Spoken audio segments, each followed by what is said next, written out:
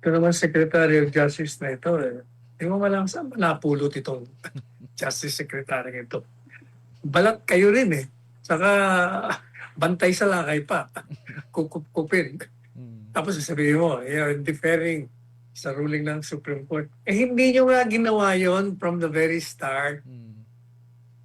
Ang NBI nasa ilalim mo, Mr. Secretary. Malamang paano ka napasok yan. Madalit sabi, hindi gagalaw yun kung wala kang say-so. At ikaw naman, di rin gagalaw kung wala say-so, presidente mo. Hindi nyo na sinaalang-alang yung petisyon ngayon, sinasabi nyo. Hindi, bigyan namin ng protective custody. Bantay sa lakay.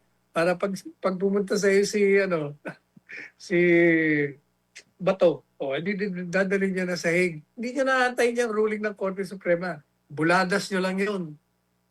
Ha? Kasi, hindi nyo nga hindi ba, 6 na buwan na hindi nyo gusto nyong hulihin, hindi nyo naman nahuhuli. Mm. At nung dumating, hindi nyo pa rin nahuli. Kasi, masyado kayo nagmamadali.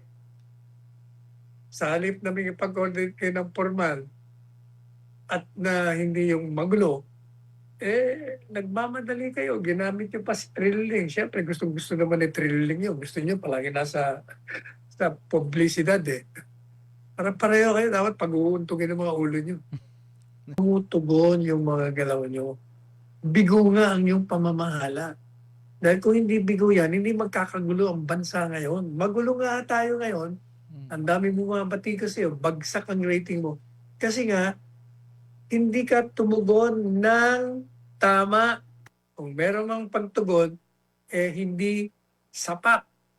Kulang. Yan ang nakikita ng tao. Pinupolitika mo kasi tanggapin mo man ang hindi. Ang talagang pananaw sa iyo ngayon, gusto mong manatili sa kapangyarihan lampas sa 2028. Kaya ikaw at ang iyong mga kasabwat, pilit niyong sinisira, tinatanggal ang pagkakataon na maging presidente si Inday Sara. Kaya lahat ng mga hakbangin nyo, patungo dyan sa ganyang layunin. Kaya in-impeach nyo, una-una, pinatapon nyo sa daig. Tapos ini-impeach nyo. Yung dalawang hakbangin na yan, papunta talaga yan doon sa layunin ninyo na manatili kayo sa kapangyarihan beyond 2028. Wala naman nangyari kahapon Yung inaasahan na magpapalit ng liderato, hindi natuloy kasi Yes. hindi sila nagkasundo. Yung isa, nag-aalok na siya magiging Senate President. Yung isa naman, kunyari naman, ayaw. Wala, hindi. Puro sarsuela. Anyway, since na-convene na yan, let the trial begins. Tingnan natin. Yes. Para ma-expose na yung kawalan ng ebidensya ng articles of impeachment. Natauhan. Basta nag-abstain ka, pen-sitter ka, whether you admit it or not. Ganun lang yun. Naglalaro. Hanggang hihintay where the political wind blows. Pero Ngayon, palaging merong pagtatanggol sa mga posisyon nila. Mahirap kasi pagtanggol yung obvious. Kaya kung ano-ano na lang sasabihin ng paliwanag. Sa ngayon lang yan. In the sense na hindi sinalakay ng puwersa ng NBI yung loob ang sabay-sabay. At nandun yung mga assault teams. Walang siege. Kung yun ang titingnan mo. Wala naman nangyaring gano'n. Ang nangyari, nagkaroon ng putukan. At ang putukan, parang katawa-tawa nga. Dahil nag-iisang NBI agent na nandun sa kabila at may isang blue security guard, pinaputukan. Kaya nagkaroon ng putukan. Comedy of errors hindi tayo nagtaka na suspindi yung Surgeon at Arms kasi hindi dapat para sa akin, hindi ka na dapat nag-warning shot. Kasi pag nagpaputok ka, sigurado may sagot na paputok nyo sa kabila. Nag-iisa lang naman yon. Mm. Tsaka nakaupo pa. Kumbaga, kung wala namang ginagawa na aggressive para sa tingin mo ay nanganib ang buhay mo, walang dahilan bakit ka magpapaputok. Ang mahalaga sa akin, yung ginawa nilang pagtangkang pag-aresto, yun ang assault na tinatawag. Kasi kung meron talagang warrant of arrest na balido na nanggagaling sa isang hukuman na kinikilala ng ating sistema legal, dapat yun, nagkaroon ng formal na coordination. Mm. Sabihan mo yung Senate President na meron kayong warrant of arrest at isi-serve nyo. Para yung Senate President naman, kakausapin yung isang senador na Mm. subject ng warrant. Merong warrant sa'yo. Papaserve natin. Kung yung warrant mo valid. Ang problema nga, ICC. unang-una, nakaabang na sila ron. Mm. Nung makita nila si Bato, niyapos. Mm. Kumbaga, gusto nilang, parang pinigilan talaga siya. Mm. Kasi papunta siya sa session. Dapat hindi ganun. Dapat doon, introduce yourself as NBI agent and Mr. Senator, we have a warrant for your arrest. At ipakita mo yung warrant. Wala namang nangyaring ganun. Mm. Niyapos lang nila. Yung isa naman, dahil hindi niya alam na inuhuli na siya. At siyempre, pag ikaw tinanggalan pag nagkaroon ng restraint sa iyong pagkilos, gagalaw ka. Kaya umalis siya. Punta siya sa session hall. Kung saan nilabarda niya na yung mga otoridad. Ang sinasabi naman na wala daw, yung sinasabi naman ng IME, yun naman simpalat kayo . Hindi naman ako hindi ako naniniwala sinasabi niya. Nautos ng kapatid niya. Na-arrestuin nyo at lusubin nyo At all costs. kahit na sinong mamatay, basta arrestuin nyo. Hindi ako naniniwalang ganun. Hindi naman ganun ka-stupid ang presidente ito. Mm. Unang-una, itong si Amy, nagsasabi sa biro ng NBI, sinong NBI? Ba't di mo hinalanan? Marites yun, chismis yun. Mm. Ang kapanipaniwala, gaya ng sinabi na natin paulit-ulit sa programa nito, hindi mangyayari yung kagulong yon kung walang instruction ang presidente na iserve nyo ang warrant. Mm. Yun lang kanyang utos, iserve nyo yan. Kasi hindi naman pupunta yung NBI doon para mag-serve ng warrant kung walang utos ang presidente dahil sensitibo yung pag-serve ng warrant sapagkat may nangyari ng nauna yung kay Presidente Duterte na kini-question nga sa Korte Suprema. Mm.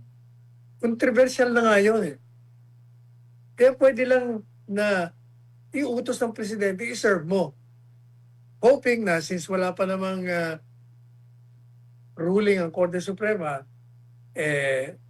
para sa kanila, since merong prinsipyo na there is presumption of regularity. Tuloy mo. Ang problema, yung pong presumption of regularity, binasag na yun, sinira na yun . By filing a petition in the Supreme Court, sinira mo na yung presumption of regularity kasi nga, kini-question mo na hindi regular yung ginagawa mo. Kaya nga hindi ba sabi ko, dapat ginalang nila ang Korte Suprema, pinayaan na muna nila na mag-issue ng ruling kaugnay sa mga kwestyong legal na inilatag sa kanila. At kasama yun . Pinestyon namin sa Korte Suprema sa pamamagitan ng petition for a writ of habeas corpus. Na unang-una, walang jurisdiction ang ICC sa atin.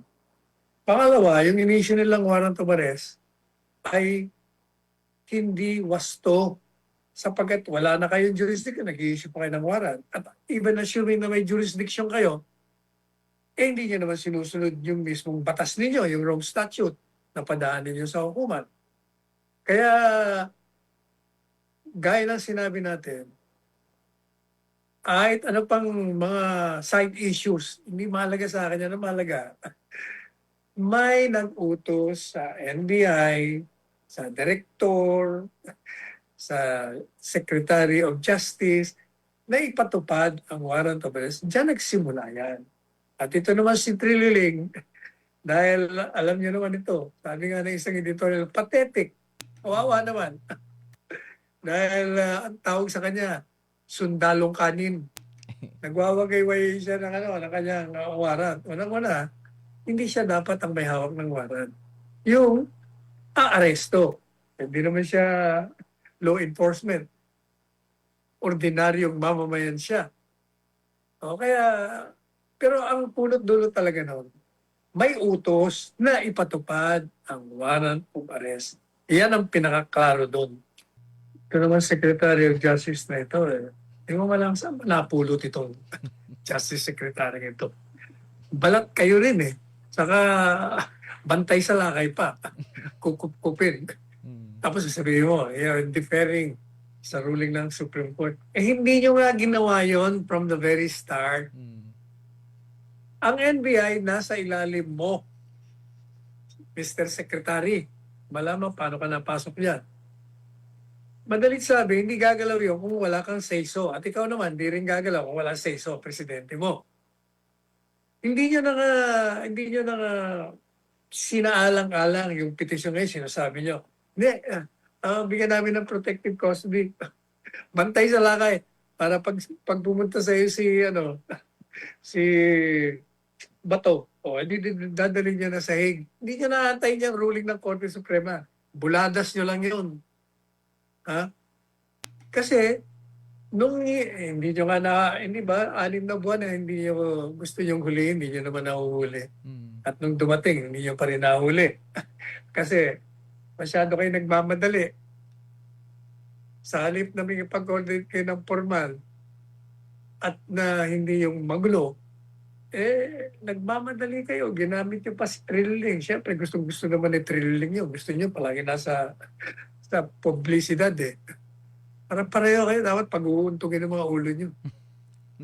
Unang-una, Presidente Marcos Jr., kung gusto mo na hindi nagbabiyahe yan, sa palagay mo, walang kaugnayan sa kanyang duty.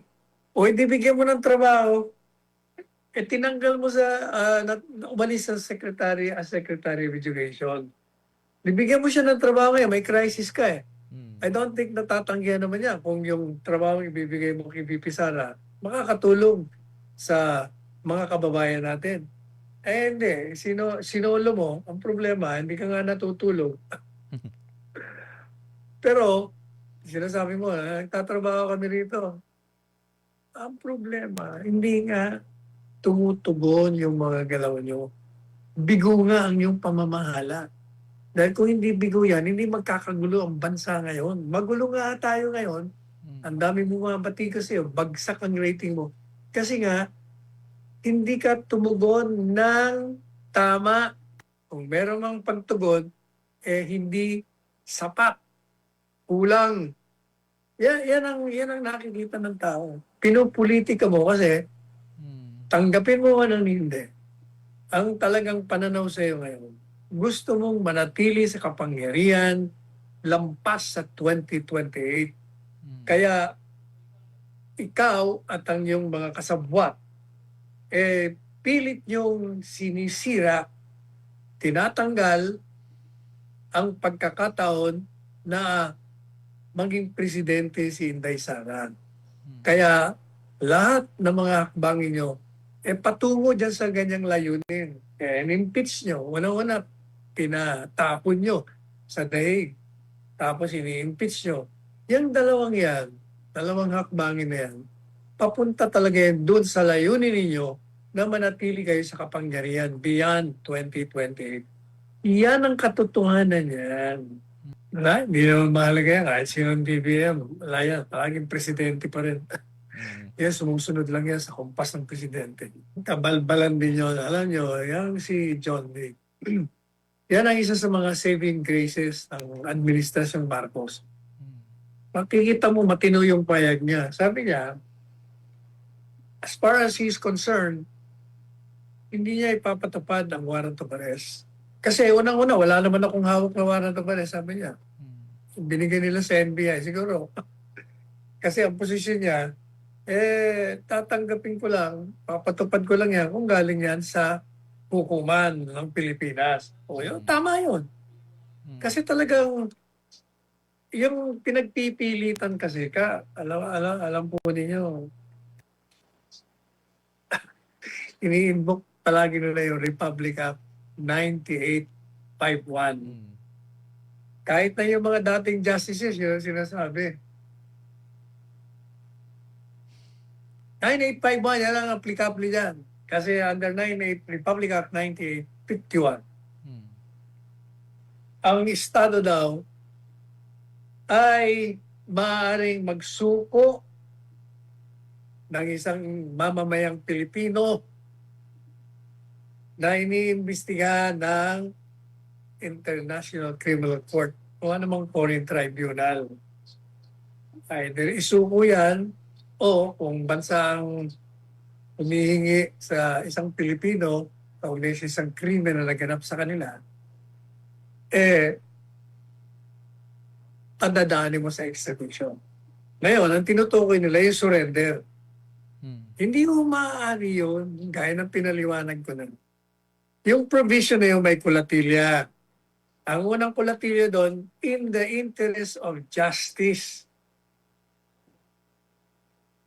Kapakanan ng katarungan. Kaya di ba sabi ko sa inyo, is it in the interest of justice that you surrender a Filipino charged of committing a crime against a fellow Filipino committed in the Philippines to a foreign court composed of foreign judges? Yun lang logic ka ganyan. Siyempre hindi. Tanigin mo yung mga, pati yung mga justice na mga dating justices. Ikaw ba, papayag ka na isuko ka? Na kung ikaw ang nakadimanda, isusuko ka na lang ng Estado?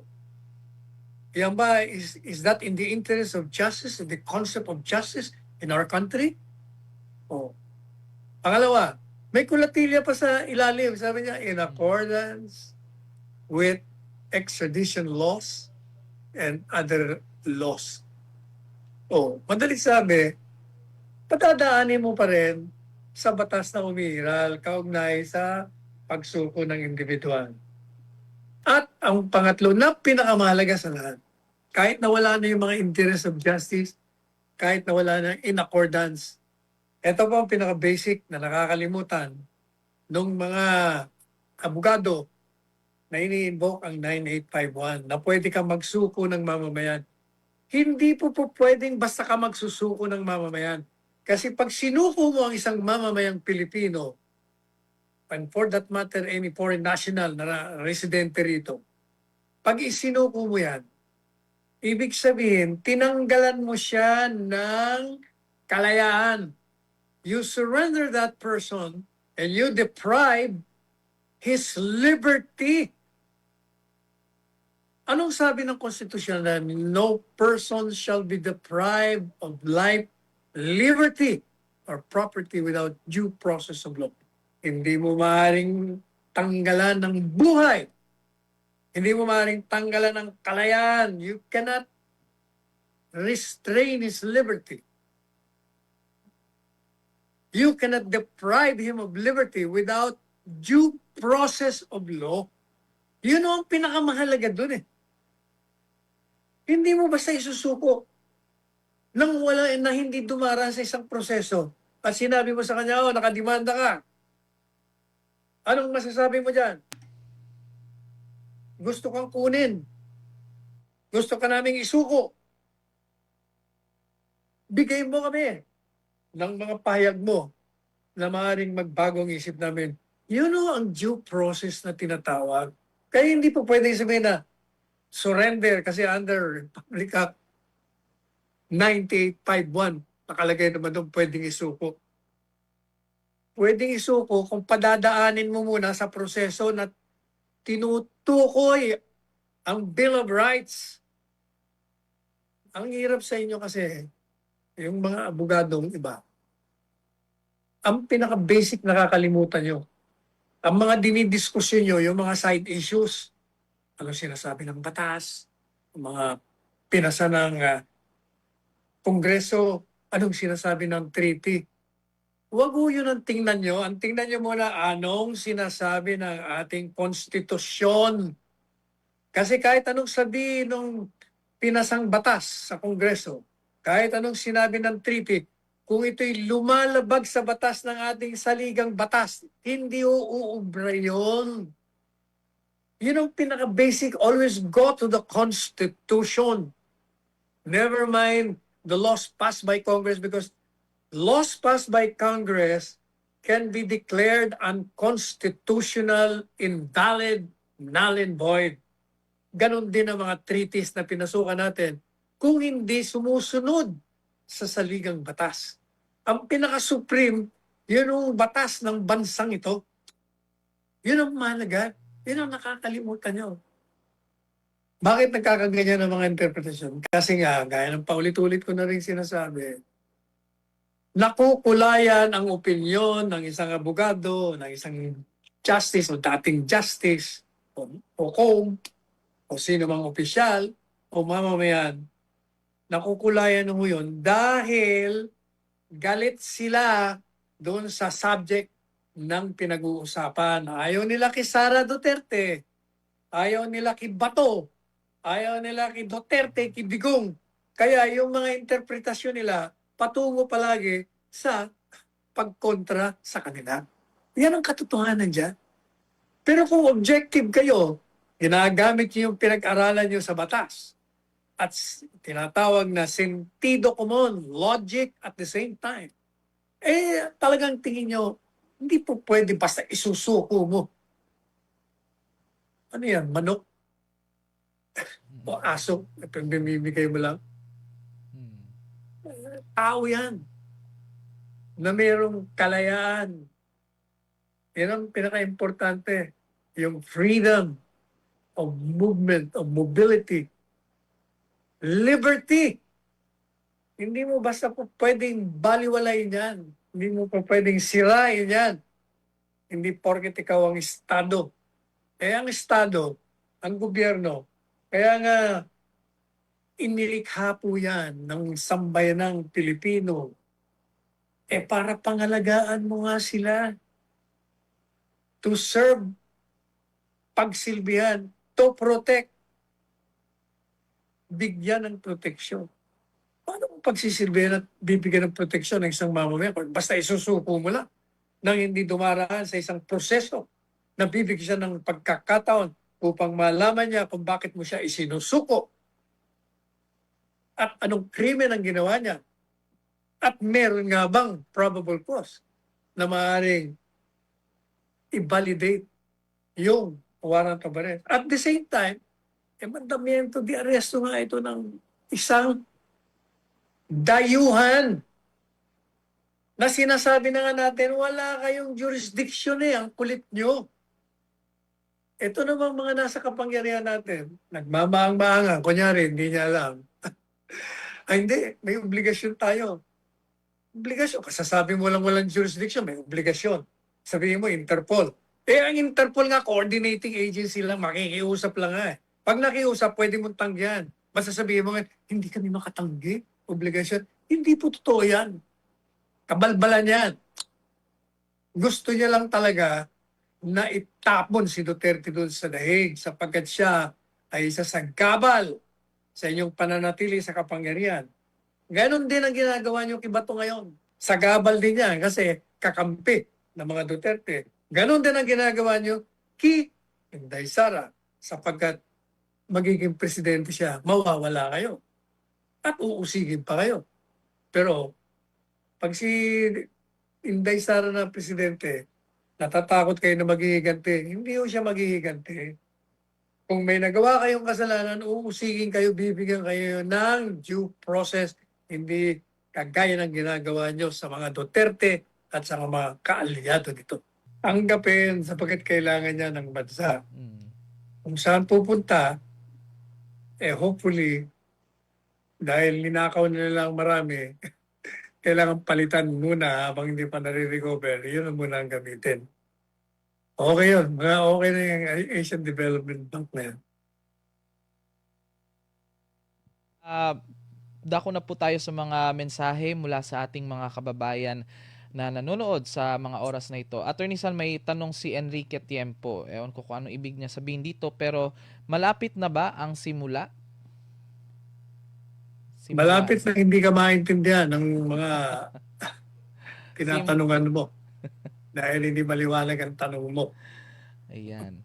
Enrique, kung nanonood ka ngayon ay pakiliwanag kung ano ba ang ibig mong sabihin sa inyong mensahe.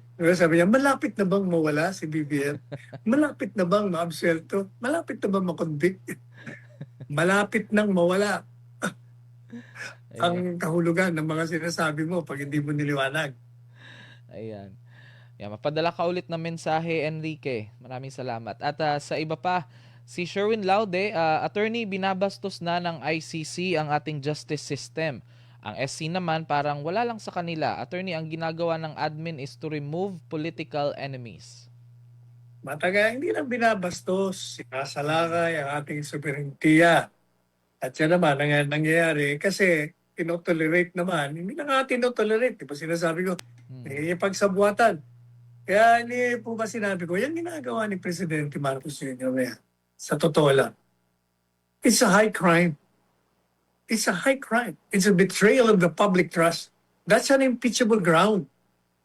Sapagkat alam mo na nga, ikaw na nga nagsabi, walang jurisdiction. Paulit-ulit niya sinasabi yan. Di ba?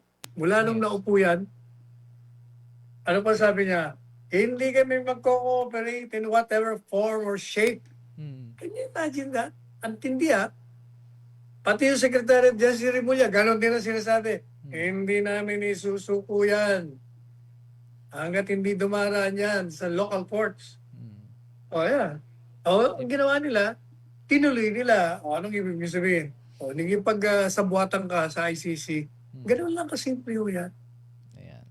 At madali sabi, ito kasi mga ito, they took advantage of matatawag nating katahimikan, silence ng Korte Suprema ng 14 na buwan.